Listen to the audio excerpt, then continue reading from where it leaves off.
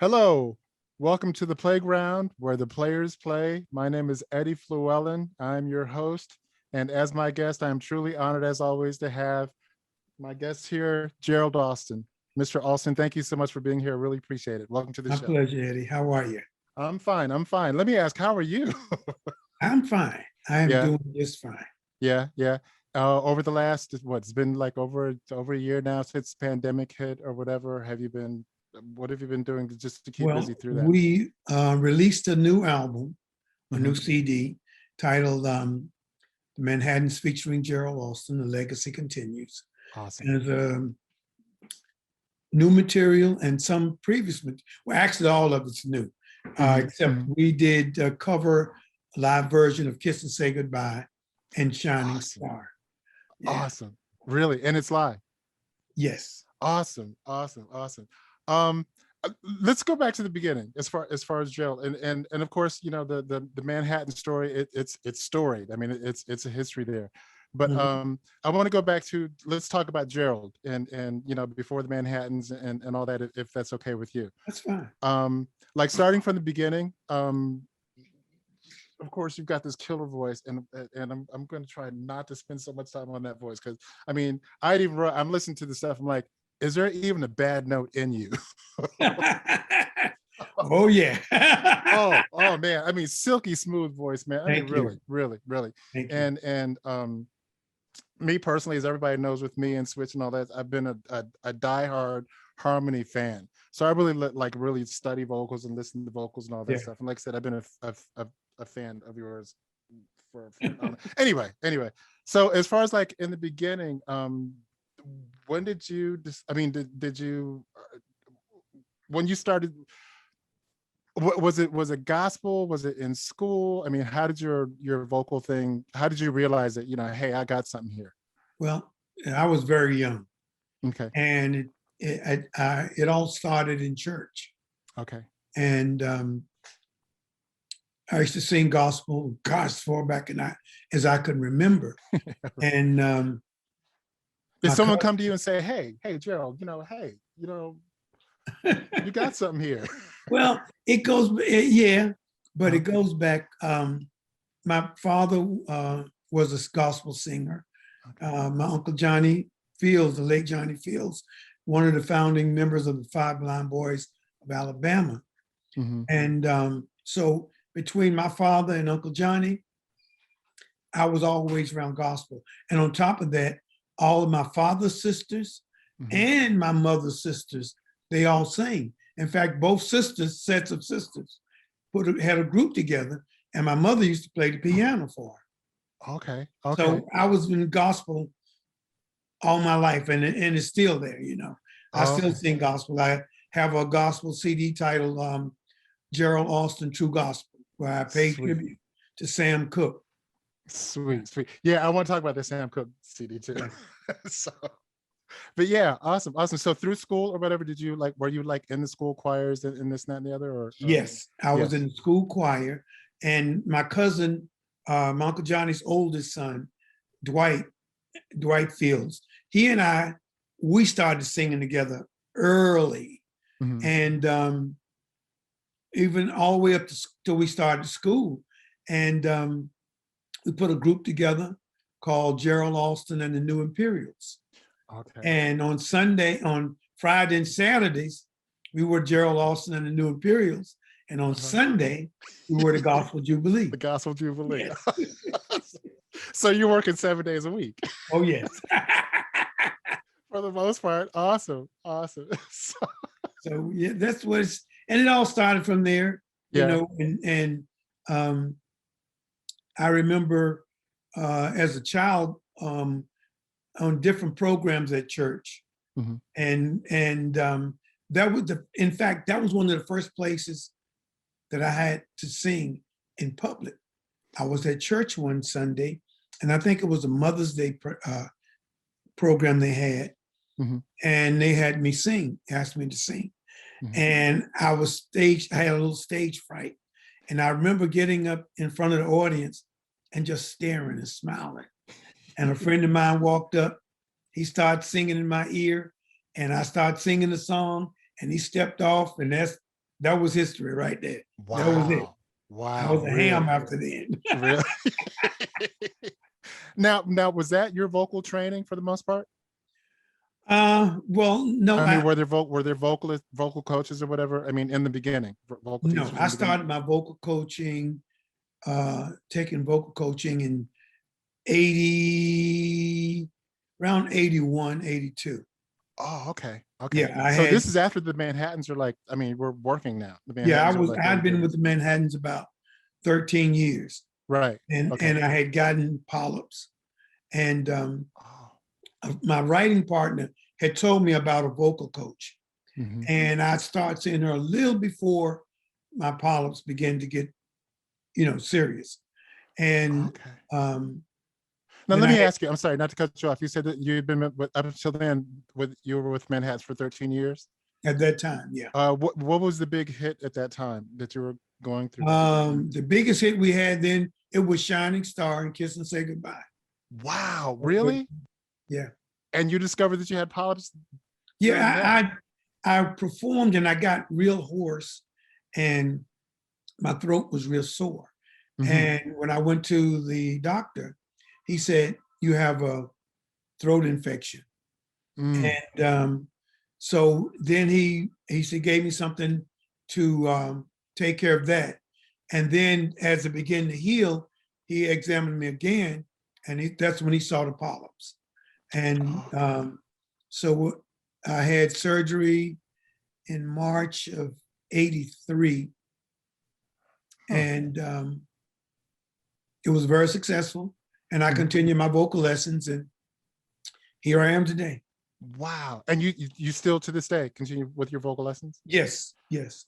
And because I had to learn, believe it or not, I had to learn how to sing over again. And not that I forgot or couldn't sing anymore. I had to learn the proper way to sing. And my breathing, and that was most important. And the teacher, the instructor that I had, she was great. Her name was Ann Countryman. And she taught me how to sing and relax because I would tense up in my shoulders when I started singing, and I would start singing hard. And she taught me how to sing, continue to sing with the same passion, but just relax. And then when I would get excited or go to that point, it really meant something, to the audience and to me. And she was a wonderful instructor. Oh, okay. And to that point, that's kind of what this show is about. For those that are up and coming in the business, I like to like have people such as yourself who have been there, done that. And there is a certain way to do things. And me as a keyboard player, I practice and do the exercise and everything. And I did want to talk to you about that. Like, what do you do as far as like your vocal techniques? And again, this is for those people that are coming up, because there is a way to sing. There is a way where you can take care of your voice and all that. And you, on top of that, yeah, you're singing, but you got to move. You're moving a little bit, right? Yes. And I underscore a little bit. This dude is like, I mean, the whole group all over the place. And I mean, talk about synchronization too. I mean, you guys were like on the money with all your steps. So you got to like control your vocals on top of moving around. Dude, how do you do that? Well, our choreographer, the late Charlie Atkins. Yes. He showed us. In fact, we've actually worked with Jaime Rogers and Bernard Johnson first. Jaime Rogers used to do, he was the state choreographer and stager for Sonny and Cher. Oh, okay. And he did our very first show. And each choreographer did the same thing. They did our choreography around our movements, especially for me, around the movement and my vocals. And the movement. Did that make it easy for you? Yes, it made it a little easier. And then after we started rehearsing, with Jaime, we used to rehearse sometimes 18 hours a day when we were putting the show together. And so you got in shape. You got in shape when you were able to sing and move, and breathe. And I learned that from Jaime and from Pop and Bernard. Mm, mm. Yeah. And That, I mean, also I started working out and I started jogging.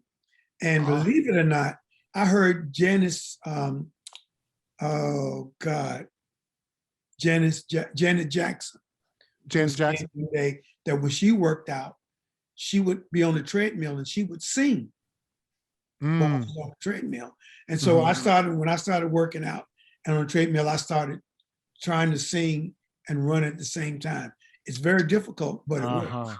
Hmm. It Hmm. works.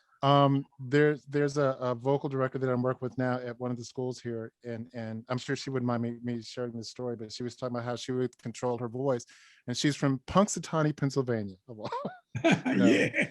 and she would talk about how, she would have to ride the tractors with her dad, and she would sing, and of course the tractors are like, jumping up and down, and while Right. she's singing, her dad made her control her voice while this is going up and down. Mhm. So, of course, there was no formal vocal training. Right. I hope I got that part of it right. But yeah, she would tell me things like that, like getting on the treadmill and doing those workouts and controlling your voice. Exactly. So, man, that's impressive that I mean, all these years that you're still, you're Oh yeah. with your vocal coach, you're still doing that. Yeah. And a lot of, I don't know, I know I did from my first vocal coach, which was Ann I was speaking of. Mm-hmm. I recorded all of our lessons, sessions. And so a lot of times I go back to that. Then I have some that I do online. And then I work with another vocal coach out in New York sometimes. So it's a combination of all three. Uh-huh. I hope you all are listening to this. And on top of which, I don't smoke and I don't drink. And I try to get as much rest as possible. Okay. And still touring, still doing the thing. Oh yeah. Wow. Yeah. Wow. Who were your, like, back then? Who were your early influences? Who were, like, some of the people that you listened to, or did you My try to father pattern was yourself after one. anybody? Beg your pardon? Did you try to pattern yourself after Yes, I anybody? did. Okay. My father was my mentor Mm-hmm. and my Uncle Johnny. But the artist that I fell in love with was Sam Cooke. Mm-hmm. And Mm-hmm. Sam Cooke had so much control. Oh Mm-hmm. my God. Mm-hmm. Mm-hmm. This guy had the best control I've ever heard. Also, I was an admirer of Mahalia Jackson. And when I was about 13, 12 or 13 years old, I actually my grandmother raised me, and I would go in the living room and had Mahalia Jackson album, and I had a Sam Cooke album, a couple of Sam Cooke albums, and I would have a concert, sometimes Mahalia Jackson, sometimes Sam Cooke. I didn't care who was listening. That was my thing. Really? So you actually did do the concert? At a time. You did the concert? Yeah. Singing with the record. Really? Awesome. So going back, you said you sang in the high school choirs and this, that, and the other. When did you decide that I think there's a music career here? I want to get into the music business. Or was that always? It was always. And when I met the guys, I met the Manhattans the year I graduated from high school. Well, actually, and I was starting into college. I just started college. And my professor came to me and she said, Gerald, do you mind if the Manhattans use your equipment, your sound equipment? She said, they'll be performing. And this was on a Wednesday night. And they were on tour with the Supremes, Gene Terrell and the Supremes. But they were doing the HBCUs on the way down. They were going to Texas. Right. And so they stopped at a couple of HBCUs and did a show, which my college was HBCU. Okay. And Kittrell College is very small college, junior college. Okay. So I went and got my sound system and set it up. And I started singing. And so wait a minute. So you went and got your sound system. You're the roadie now. Yeah, I was the roadie then. Because we would, back then it was everybody traveled, everybody did everything. That's right. So I went home, and fortunately I was able to put the sound system, because there's only two columns and a head, amplifier. And so I put it all in my car and drove it back and set it up. And I was singing, had the microphones, and I was singing. And in walked the late Blue Lovett, late Kenneth Kelly, and Richard Taylor. And another gentleman, Phillips Flood, who was standing in for the original lead singer. The original lead singer was there, but he was sick. So Phil was the stand-in if he got worse. And they heard me singing, and they came in, and they as you're stared setting me up. down. As you're setting up. Yep.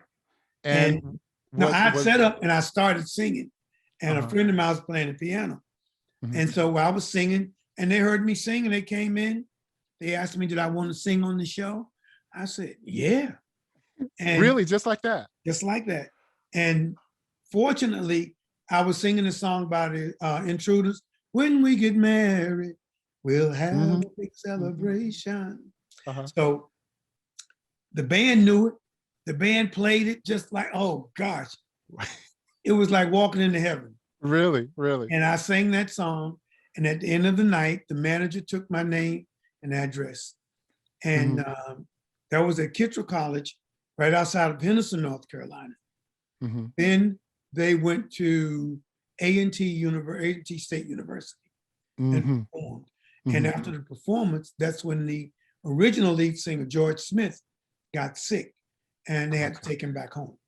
So they took him home, and the rest of the guys, two of the guys flew back home with him, and then the rest of the guys flew into Dallas, Texas. And they called me that Sunday, and asked me, did I want to sing? I said, yeah. Not knowing that I was underage. My mother and father had already signed the contract. Oh! I found out after I got there, and my grandmother had given them permission too, because I was living with her, but they had to have my mother and father's actual signature. So when I got there, the manager told me, oh yes, we already have the contracts and you're signed.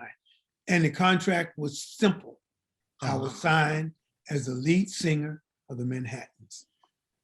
And you can't get any more simpler than that. No simpler than that. I got the contract in my file today that I signed with the Manhattans. Really? 50 years ago. Wow. And I watched them perform with the Supremes for 10 days. And I fell in love with Mary Wilson. Oh God, she was the most beautiful woman that I laid eyes on. Yeah. And but they all were very nice. And working with them, there was no divas. Everybody on the show, we talked, we laughed. They had little the Supremes had like a suite at the Adolphus Hotel, a penthouse suite. And we all went there, we sat down, we partied, we ate, and we laughed, and that was it. It was no outsiders. It was just the nice. Show. And it was very nice. And it was like that all the way through. Really? Yeah. Really? Wow. Wow. That's awesome. Now by then was Phil Terrell, was he in the band? Phil Terrell was he was singing. He did the 10 days and I watched. And then I went back to New York and we had about 3 weeks off and we rehearsed every day. Really? And my very first show was in Richmond, Virginia at the mosque. And I remember that like yesterday. The headliners were the mosque in Richmond, Virginia. The headliners were the Dells. The Dells headlined it. Then there was Patti LaBelle and the Bluebells, the Spinners, Brendan and the Tabulations, Kool and the Gang, Willie Feast and the Mighty Magnificents. And that place was jam-packed. And this is your first show? My first show. And I remember Marvin Jr. said, hey, little man, we're gonna mess you up. We're gonna show you how to sing. Oh, they came like that. They came at you. Yeah, they came right. They didn't waste no time. They knew the guys in the group, but they knew I was nervous. and they came and let me show you something. I'm gonna show you how it goes. Uh-huh. Tell you something. They became my mentors group wise, and other than the Manhattans, these guys were and still are today my mentors, even though it's two of them still alive, and Vernon and Mickey. But these guys, just like the Manhattans, they taught me so much. And what I really loved about them, because we toured a lot together. They would, and I respected their opinion and their honesty. And just like the guys in the group would tell me, a lot of times we worked with them, I would get dressed and run down the hall, because sometimes there were more than just us. So we like going first and somebody else in the desk. And I would go to their room. And when I go to their room, they were either going to they gave me criticisms, good and bad. They didn't lighten up on me. They stayed on me. They told me how to carry myself on stage, just like the guys did. And they taught me to stay humble. And I remember Johnny Carter. Ooh, boy, he wore me out one day. Really? Yes. And when he wore you out, what in critiques or critiques. We were on the show together, and I did The Way We Were. We had just recorded that, and I was just like nonchalant, and I did some moves that really weren't me. And he told me, he said, after the show tonight, you bring your little behind up to my room. I got to talk to you. Oh. I got up in his room. He closed the door and he wore me out. And Johnny Carter talked fast. Let me tell you something, man. You did this, you did that.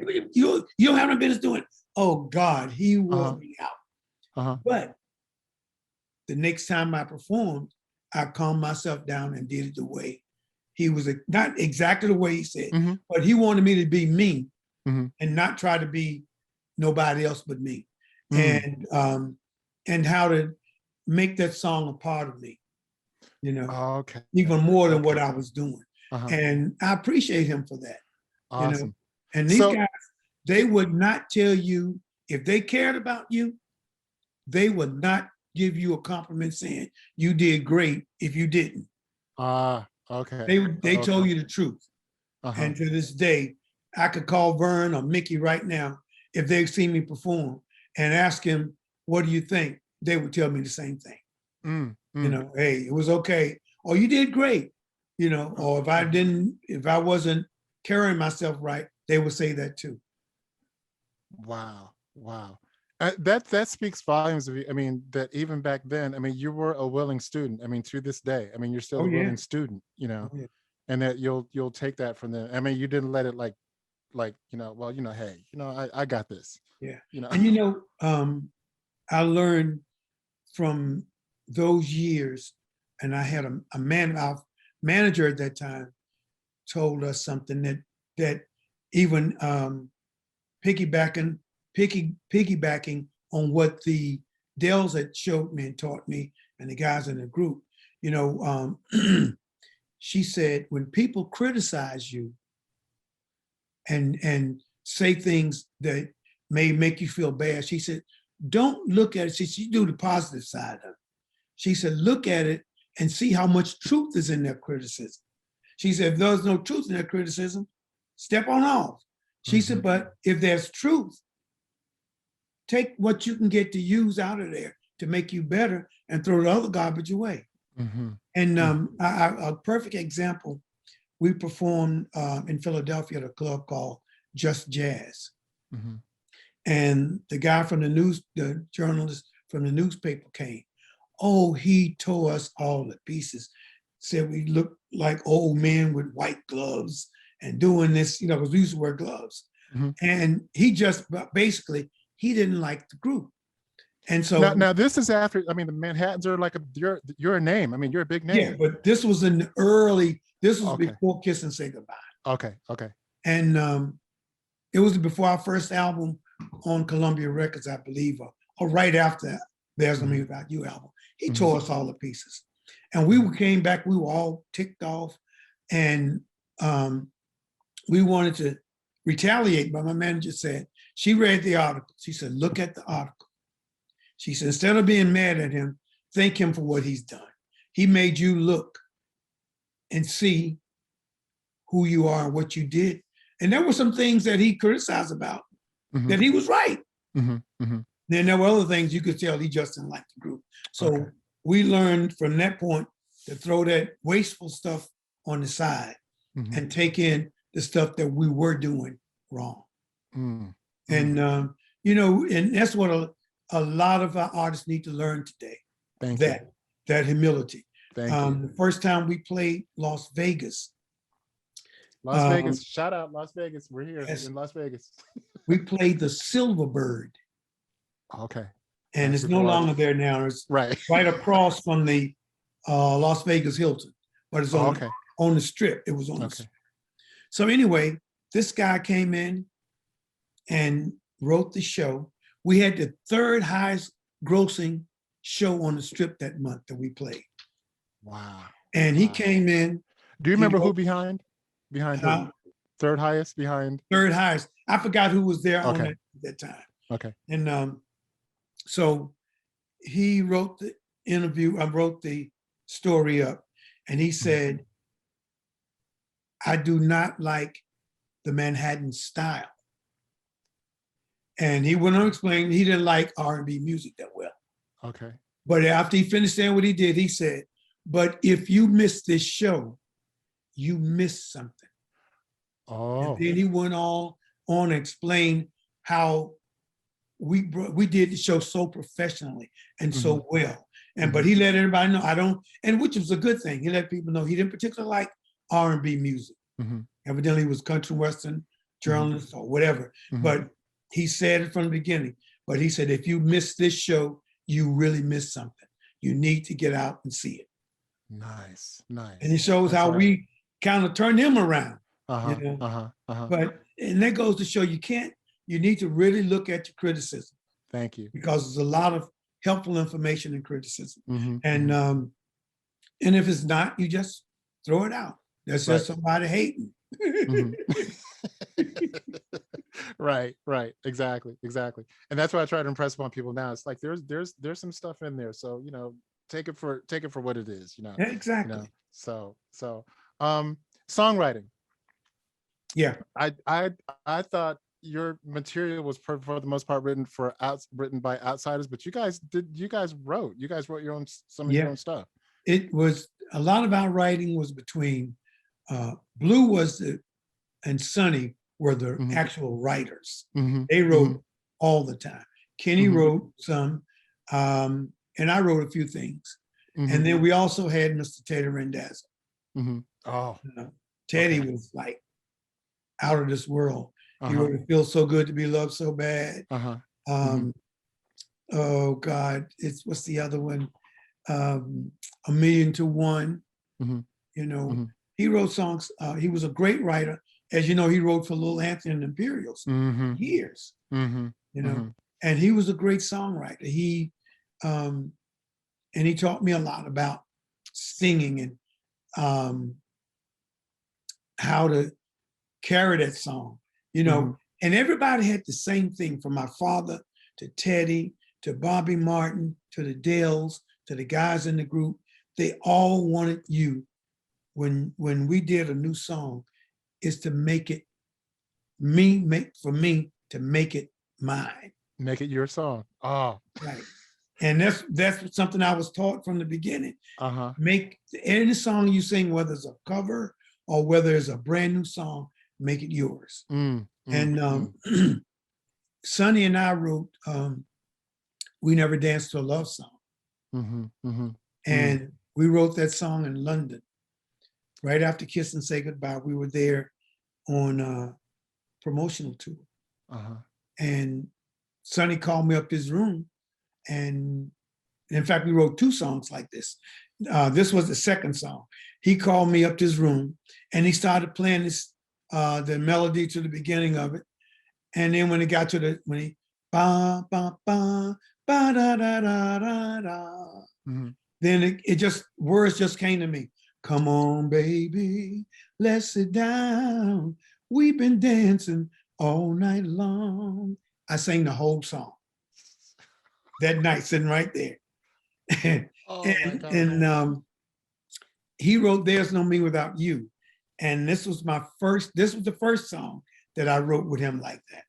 He played the song, and we wrote a song called "Look into the Mirror, the reflection I see is the pain and agony that's the other side of me." And he played the music. I sang the whole song backstage at the Apollo Theater. We rehearsed it and put it on the "There's No Me Without You" album, which was the first major label that we signed with. Wow. You know, you just reminded me a few months back, I had posted, 2 songwriters, simply, how do you do it? How do you do it? I mean, I mean, it can be easy, it can be hard, but you were starting to explain how do you do it? I mean, do you just sit there with pencil and paper and just go, or does it just come to you, or what? It varies. Okay. There are some writers that can just sit down and you give them an idea, they'll write a song. My son is like that. He writes like that. Me, I have to have a feeling or an idea come to me. I wrote a song on my solo project called "Nothing Can Change the Love." Nothing can change the love I have shared before. And so I was on the plane and I heard these lyrics. And I was flying in North Carolina to visit my mother. I sang it on this plane. I kept singing it over and over and over. When I got to my mom's house, I called my writing partner. She wasn't home, but she always had a 2-minute span that you could talk on her answering service. Oh, wow. And I sang the whole song. When I came back, she had laid a keyboard track and we put it together. That was history, And I wrote another song in Seattle. Oh God. It's right on the tip of my tongue. So man's written so many songs. I mean, yes, but it was never a single, but it was a beautiful song about meeting a young lady for the first time. Okay. And you have a chemistry and you fall in love for that moment, like, wow. Oh, I know I'll never see you again. Excuse me. And I wrote that, I know I'll never see you again. And these songs come to me in different ways. Like Blue would dream of a song. When he wrote "Kiss and Say Goodbye," he called me early that morning before rehearsal. He said, "Get over here early. I had a dream about a song. I want you to sing it." I got there and he sat at the piano and played, "It's gonna hurt me, I can't lie. Maybe you meet another guy. Understand me, won't you try?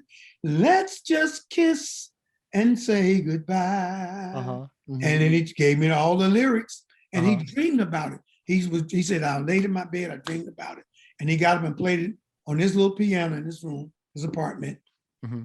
Came and played it to me the next day. And Sonny was the same way.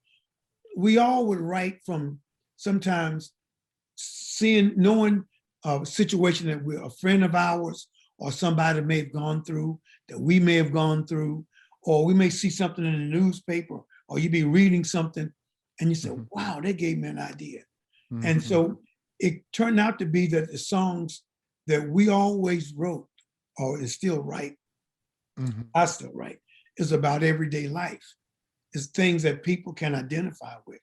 And that's why 50 years later, "There's No Me Without You" sounds just as good and has just a wonderful meaning, the same meaning as it did back then, in 1973. One Life to Live. Right. All of those songs, And again, all these songs, I mean, I've listened to these songs, follow the career and all that. So again, when we agreed that you were going to be on, I went back and listened to this, and I remember saying that it's just as good now as it was then. Which is a sign of a true classic. The sign of a true classic. and boy, do you guys have. Mm, mm, mm. Do you play piano, or do you play any instruments? I don't really play to Okay. really write, but I can play some chords every once in a while. Okay. Yeah. And that and there's the reason I asked that is, as a vocalist and as a songwriter, how do you, like, I'm sure you come up with melodies and lyrics and this and that and the other. How do you convey that to somebody to, okay, I hear this. You know what I'm saying? How do you convey that to a musician? Like, they can play any chord, but to you that might not be the right chord. How do you convey that to them? We have some wonderful musicians. And I could go to any one of the keyboard players, the guitar player, even the bass player, and sing a melody, and they'll follow me. Oh, okay. They'll pick it right up and follow me. And these guys, my bass player, Jason Simons, has been with me since 1976. Oh my God! So he knows you. He knows. And the average guy in our organization now has been with us at least 20 years. Oh, wow. Wow. And our guitar player, Mark Bowers, oh my God, he's awesome. He can play anything. He played the blues, he played gospel, he played jazz, he can play hard rock, you name it, he can play it. And I'm sure you incorporate all that in your shows. Yes. And when I can sing a song around Mark. And he might say, well, sing that phrase again. I'll sing it again. He said, oh, I got it now. He's got it. Oh, he got it. Wow. Awesome. Is there anybody like in the new crop, like today, that you're looking at, or that you're like, hey, they got it, or I listen for a group of people? I like some of the stuff Neo does. But I'll tell you who blew me away. And there's a female artist. I like Mary J. I like Jasmine Sutherland. She's so deserving of where she is today. It's unbelievable because she was so underrated for a while. That lady can sing, and so, but the music industry has changed so much, and the styles have changed so much. But at the Super Bowl, oh my God, that young lady blew me away. And my son had to check out her. And we'd be in the car, he'll put up something on about, and she sounded good. I said, yeah, man, she's all right. But when she did that, she just took me, she just blew me away. And she's very, very talented. And when she won that Oscar, I shouted. Did you? I shouted. She is so deserving of it. And not only that, she speaks so well. She speaks so well. You can tell she knows what she wants, who she is, where she want to go. And that is so important with the music industry. It's not like, I just want to do this, make a little money and get on, or give me a hit. She knows everything that she wants to do. And you can tell, yeah. And that's real. I respect her so much for that. She could sing for me anytime. And I hope she watches this, because this came from the man himself. She can sing for me anytime. So, speaking of female artists, I did want to ask you. I'm going back now to Regina Bell. Right. Your how was that? How was first of all, the first female in an all male band. I mean, how did you guys come to that decision? I mean, how did that happen? Well, we had recorded a song called "Don't Say No to Love," and I did it with B.J. Nelson. And B.J. was traveling. I forgot the artist she was traveling with, but anyway, she couldn't go on the road. And so we needed to audition a female singer. So we auditioned 2 or 3 young ladies, and we had found one lady that we liked. And she kind of knew she had the gig. And Vaughn Harper, who's a DJ on WBLS. WBLS. Yes. He called Blue and said, "Hey man, don't pick no single yet. Wait, I got to bring somebody by." He brought Regina Bell to the studio that day. Oh. And the band struck up with "Don't Say No to Love," and she owned it. Wow. She owned it. And when she finished, we were all like, huh? And so I told Blue, I said, "Blue, that's the lady. Regina Bell is the lady." And so we kind of had to call the other lady and let her know that, you know, she worked in our office. And she didn't speak to us for about a week. But I'm sure. I'm sure. And Regina Bell stepped in, and she gave a different side of our show. She gave a different kind of light and life to our show. And from working with us, that's when she got her deal with Columbia Records. You know, in preparing for this, one of the things that really stuck out to me, among many, but there was a thing as far as, I mean, you guys are true friends. I mean, from the beginning. Yeah. You guys support each other. I mean, because somebody decides they're going to go do this, you're going to do that, and all that, and they don't, they have the support, but you don't have the support. You know what I'm saying? Yeah. But I mean, I'm sure you guys had bad times, or I'm assuming that you guys maybe had some bad times, this, that, and the other. But it doesn't come out. I mean, when you talk about, the Manhattans, or even when you go online and look at the different stories or whatever, there's always like a camaraderie between you all. How did you maintain that? I mean, over like so many years. I mean, actually, you guys are truly brothers. Yes, we were, and we traveled. When I first joined the Manhattans, we worked 6 days a week and traveled on the 7th day.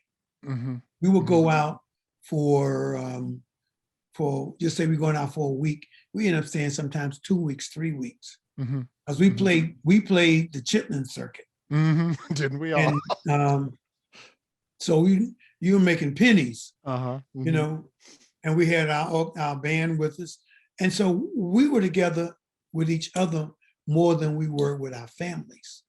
And so, there are times when we disagreed and might have had words with each other, but is one thing that we always kept in our mind and our heart, and that was the Manhattans. That was first and foremost. And no one person would be able to pull that apart. We might disagree on how to get there, but we took the best and the safest route for the Manhattans and not for an individual. Wow. The name itself is bigger than any one individual. Exactly. And we've had some, if anybody tell you they were in a group and they never argued, they lied. Right. right. But argument sometimes. But we never left that argument mad at each other. It was always an apology, or fellas, let's not leave here like this, and we get it together before we leave. And we never took it on stage. Never took it on stage. And but we all had the same goal in mind. And it's the same thing with the guys I have today, with musicians, and with the 2 singers, Troy. We got Troy and Dave, Troy May and Dave Tyson has been with us now going on 27, 28 years. And they had the pleasure of meeting and working with Blue before he passed. Oh, wow. And Blue, what I love about Blue, he did the same thing to them that he did to me. Wow, did he? Yes. He didn't let me get away with nothing. He didn't let them get away with nothing. And I'm the same thing. I'm doing the same way. It's the same way now. No different is that we will tell each other. We get in the dressing room and we'll let each other know if somebody missed something or you could do better than that. We talk about it with each other, and it works. And these guys has you know, and since Blue passed, they even stepped up 100% more. Wow. You know, Really? and because we want to let the world know that everywhere we go, when we sing, we honor the Manhattans. Thank you. 5 gentlemen that are no longer with us. You know, even though I'm one of the original members. Well, not I would say not original. Right. I am a member because I replaced Smitty when he died. But the point is that we have to honor those guys because they put all the work in for us to be where we are today. You know, and we never work and don't honor them. And you know, to your credit, the people that you got, I mean, you got people that are students such as yourself. I mean, they're willing students such as yourself, and they have to see that in you. You know, hey, you know, this guy learned a lot. We can only learn so much. I mean, we can learn so much from him. You know what I'm saying? Yeah. So, wow, awesome. Rock and Roll Hall of Fame. Well, go ahead. Why not? What do we have to do? We were after the Dells went in.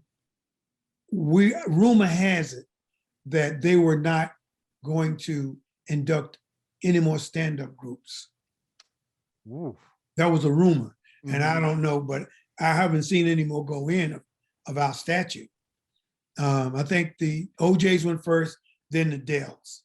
I think the Dells were the last. And we've had our fans from all over the country, everywhere, sign a petition online. I got to tell you, I was like blown away. I was shocked by that one. I mean, that one like messed me up. Like, you got to be kidding me. You got to be kidding me. You know, the mighty Manhattans are not in the Rock and Roll Hall of Fame. Come on. Yeah, they kind of shunned us there.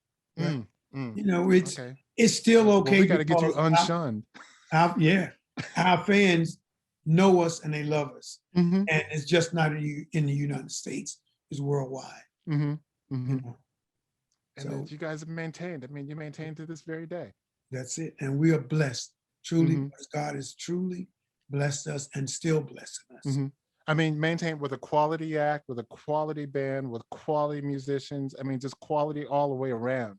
Yeah, you know, and like you said, I mean, there may be a little, you know, dissension happening there, but I mean, for the most part, I mean, you guys are, you know, what a story. Like I said, I talk about the brotherhood that, you know, you can't help but see, I'm sure, when you're performing, right. You know, and this is no act. I mean, you guys are, And, you know, being that sometimes we disagree, sometimes people, you have to let people say what they have to say.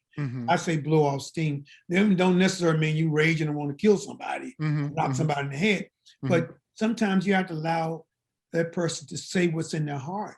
And even though you may not retaliate or say anything, then you come back later and you can talk about it. We've learned to do that. You know, when a person is really upset and they get angry and gets, you know, defensive or whatever, sometimes it's better just let him go for a minute.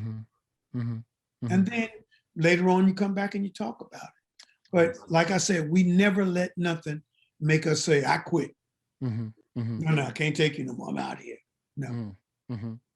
Even when I left the group to do my solo career, that was my decision.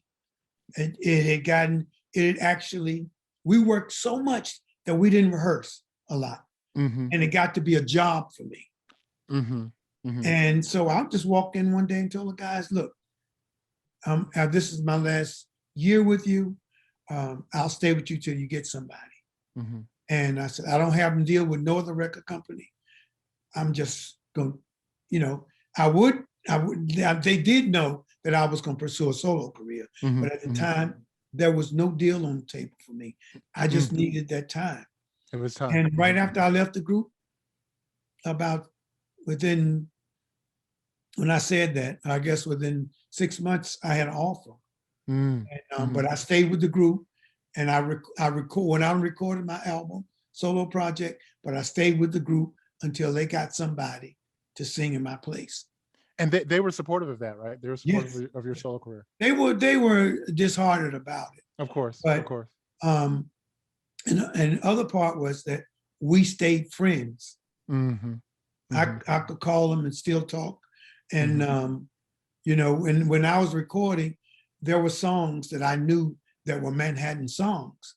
And when people submitted to me, because Motown was taking me in a different direction, they didn't want me to have the sound of the doo-wop.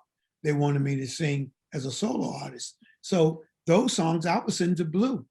Oh, And wow. they would check them out. If they liked them, they tried them. And they did a couple albums. And I don't know for sure if they used every one of them or any of them per se, but they did listen to them. And Blue and I talked, you know. I used to call him. I remember I went to Sweden and I thought about him and I called him and we talked a long time. I came home and we talked. You know, we always stayed in contact, Blue and Kenny and Sonny. You know, and Sonny's not as much, but Blue and Kenny I stayed in contact with. Wow. Wow. Awesome. Awesome. Mr. Alston, I have like a ton of questions. but anyway, I don't want to take up too much of your time. I do want to ask you this though.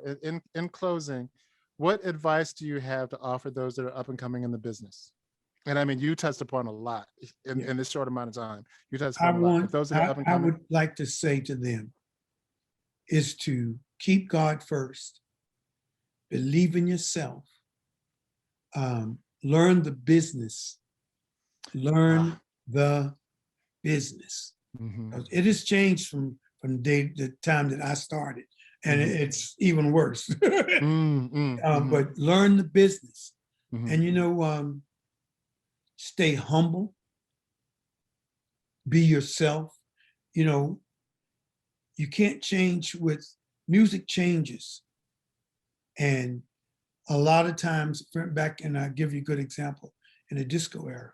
A lot of artists, some of the artists in my genre, stand-up groups, tried the disco or tried to lean in that direction, and it didn't work. You have to be who you are. We stayed true to who we are, and in the middle of the disco era, we sold 2 million copies of Kiss and Say Goodbye. Oh my God. So you have to stay to who you are and what you believe in. You may have to go a different way. You get there sometimes, but be true to yourself, you know, and also when you are going up, try to give back, pay it forward, you know. And I'm going to tag this on here because this is what I do. I just don't sing. I have worked with an organization called OIC of America. And Dr. Leon Sutherland out of Philadelphia started this organization in 1960. Okay. And OIC stands for? It's an organization, it's a long-term organization. Oh God, I forgot oh God, right to my tongue, I can't call it. No, it's all good. But it's OIC of America.org. Okay. If you go there, you'll see what it's all about. Okay. And what it's all about is that it's an organization that helps unemployed, underemployed, disadvantaged people become more productive citizens. It's an organization that teaches you, give you skills. You work with, you go to OIC of America for help. They will teach you the skills to find a job, to go and audition for a job, write resumes that teach you, even show you different aspects of what you want to do. In other words, they will help you if you got a career and you like to lay bricks, you want to be a brick mason, they'll find some way to help you learn that trade. Nice. And also they have another part of the organization called SOAR.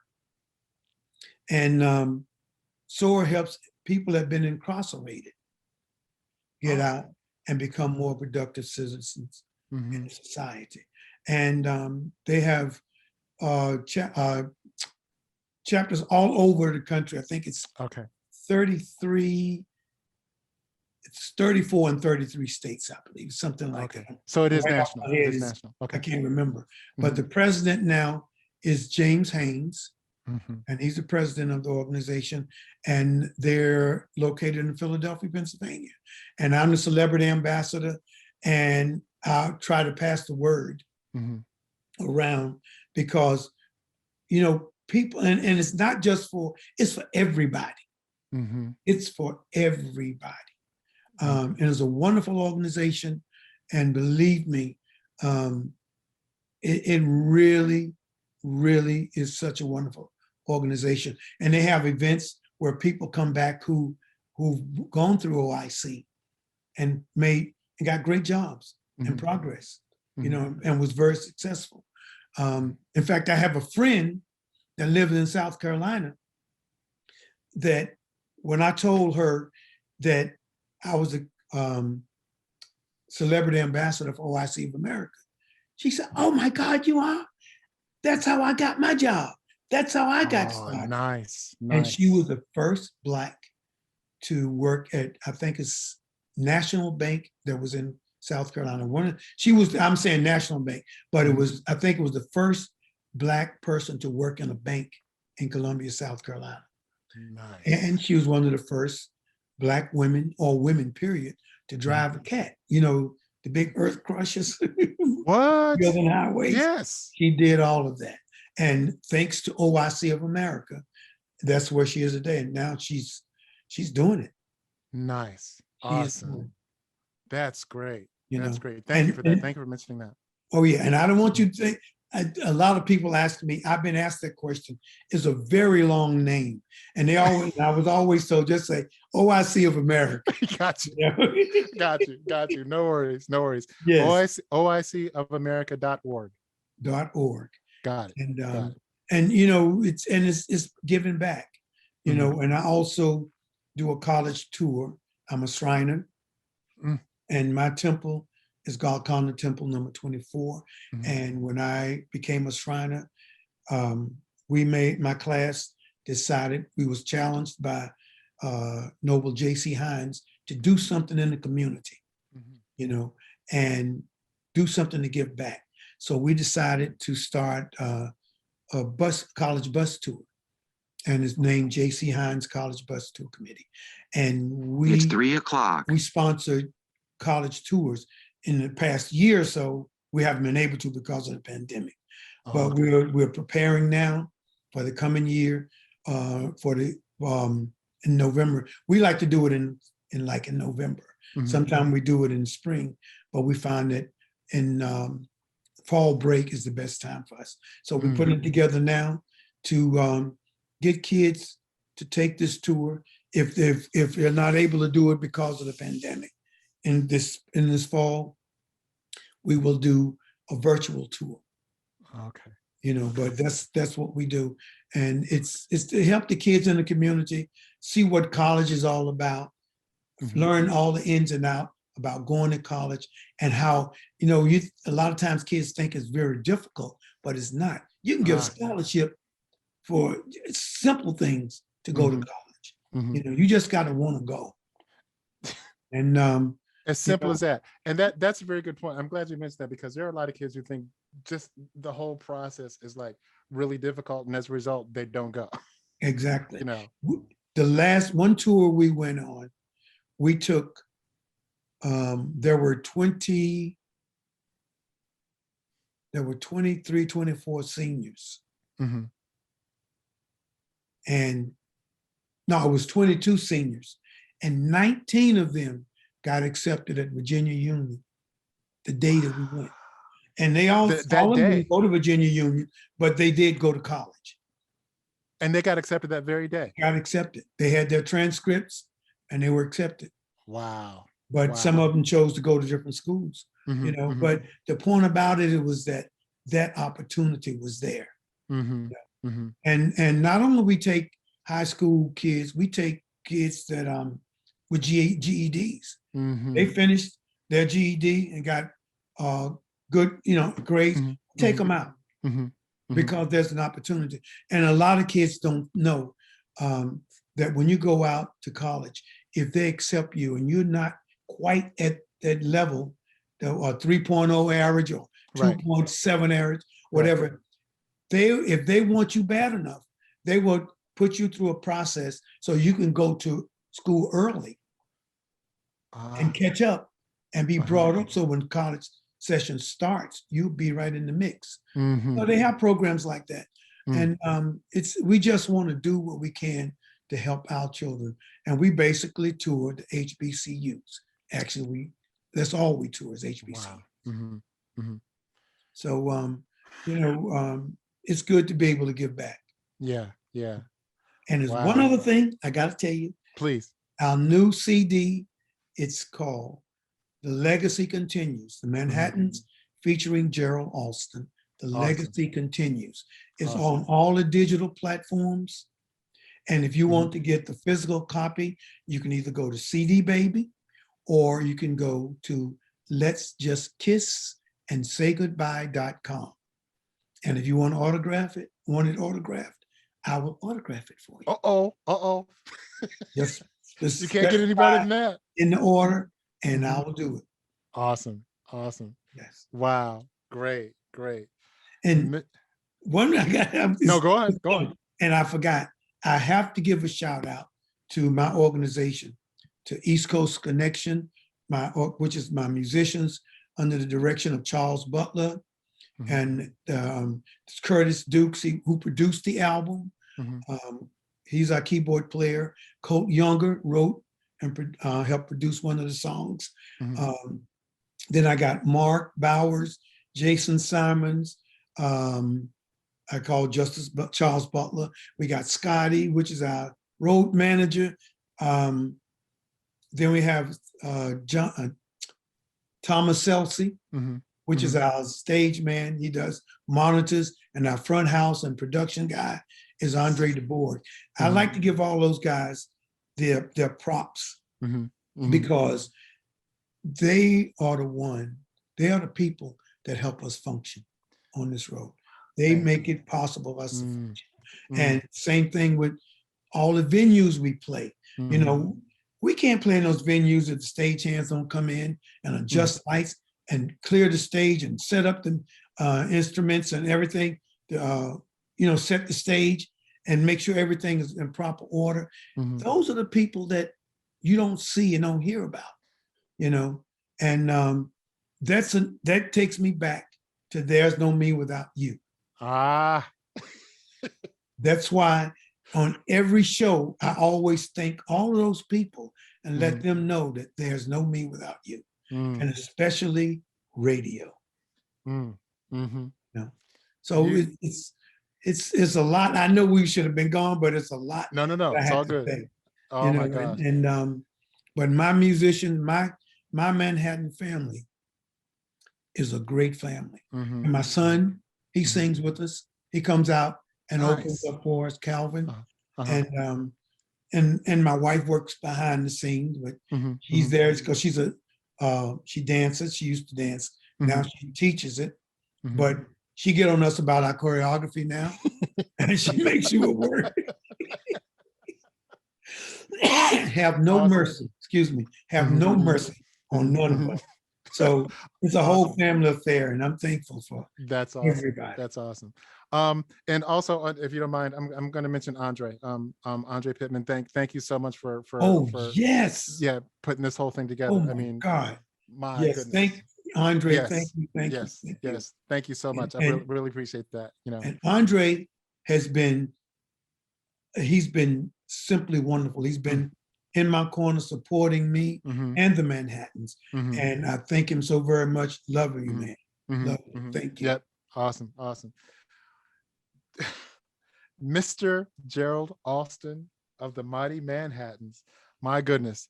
Thank you so much for doing this. And I am looking forward to having you back soon, because I do want to play some of your things when we get set to do that. I'm looking forward to having you back, if you don't mind. That's bad. So again, thank you so much for being on the playground where the players play. Ladies and gentlemen, Gerald Alston of the Manhattans. Thank you again, sir. Appreciate it. Thank you. Awesome.